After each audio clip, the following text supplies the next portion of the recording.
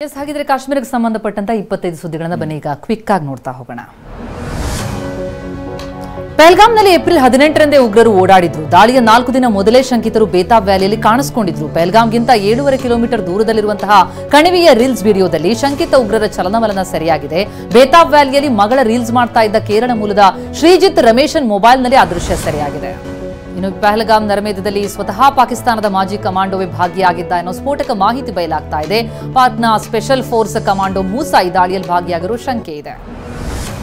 ಉಗ್ರರ ನೆಲೆಯನ್ನು ಗುರಿಯಾಗಿಸಿ ಪಾಕಿಸ್ತಾನದ ಭೂಭಾಗದ ಮೇಲೆ ಭಾರತ ದಾಳಿ ನಡೆಸುವ ಭೀತಿ ಹೆಚ್ಚಾಗಿದೆ. ಈ ಹಿನ್ನೆಲೆಯಲ್ಲಿ ಪಾಕ್ ವಾಯುಪಡೆ ಸಮರಾಭ್ಯಾಸ ಮುಂದುವರೆಸಿದೆ.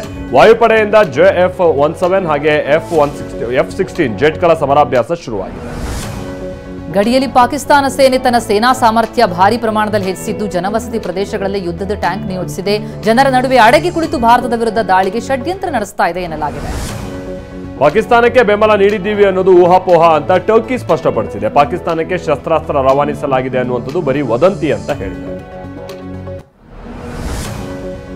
ಯಾವುದೇ ಕ್ಷಣದಲ್ಲೂ ಭಾರತೀಯ ಸೇನೆ ದಾಳಿ ಮಾಡಬಹುದು ಅಂತ ಪಾಕ್ ರಕ್ಷಣಾ ಸಚಿವ ಖ್ವಾಜಾ ಮೊಹಮ್ಮದ್ ಆಸಿಫ್ ಹೇಳಿದ್ದಾರೆ.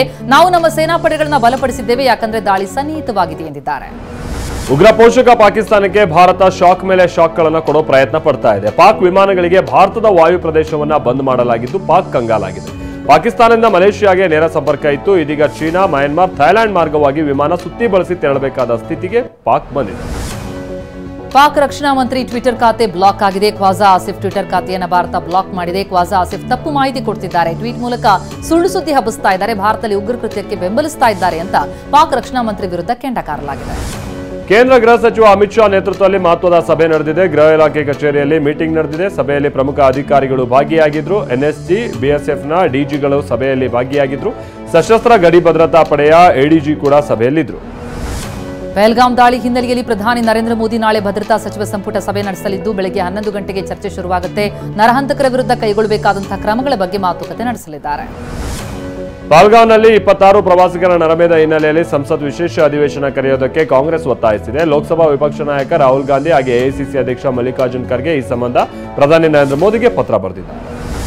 ಉಗ್ರರ ದಾಳಿ ವಿಚಾರದಲ್ಲಿ ಯಾರೂ ರಾಜಕೀಯ ಮಾಡಬಾರದು ಅಂತ UP CM ಯೋಗಿ ಆದಿತ್ಯನಾಥ್ ಹೇಳಿದ್ದಾರೆ. ದಾಳಿ ವಿಚಾರದಲ್ಲಿ ಕಾಂಗ್ರೆಸ್ ನಾಯಕರು ರಾಜಕೀಯ ಮಾಡ್ತಿದ್ದಾರೆ. ಉಗ್ರರ ದಾಳಿಯನ್ನ ಪಕ್ಷಭೇದ ಮರೆತು ಒಂದಾಗಿ ಖಂಡಿಸಬೇಕು ಎಂದಿದ್ದಾರೆ. ಪಹಲ್ಗಾಮ್ನಲ್ಲಿ 26 ಜನರ ನರಮೇಧದ ಬಳಿಕ ಕಾಶ್ಮೀರದಲ್ಲಿ ಪ್ರವಾಸೋದ್ಯಮ ನಿಧಾನವಾಗಿ ಸಹಜ ಸ್ಥಿತಿಗೆ ಮರಳ್ತಾ ಇದ್ದು ಬರ್ದೇವಾಗಿ ಆಗಮಿಸ್ತಾ ಇರುವಂತಹ ಪ್ರವಾಸಿಗರು ಪ್ರಕೃತಿ ಸೊಬಗನ್ನ ಸವಿತಾ ಇದ್ದಾರೆ. ಕುಟುಂಬ ಸಮೇತ ಆಗಮಿಸಿ ಖುಷಿ ಪಡ್ತಿದ್ದಾರೆ.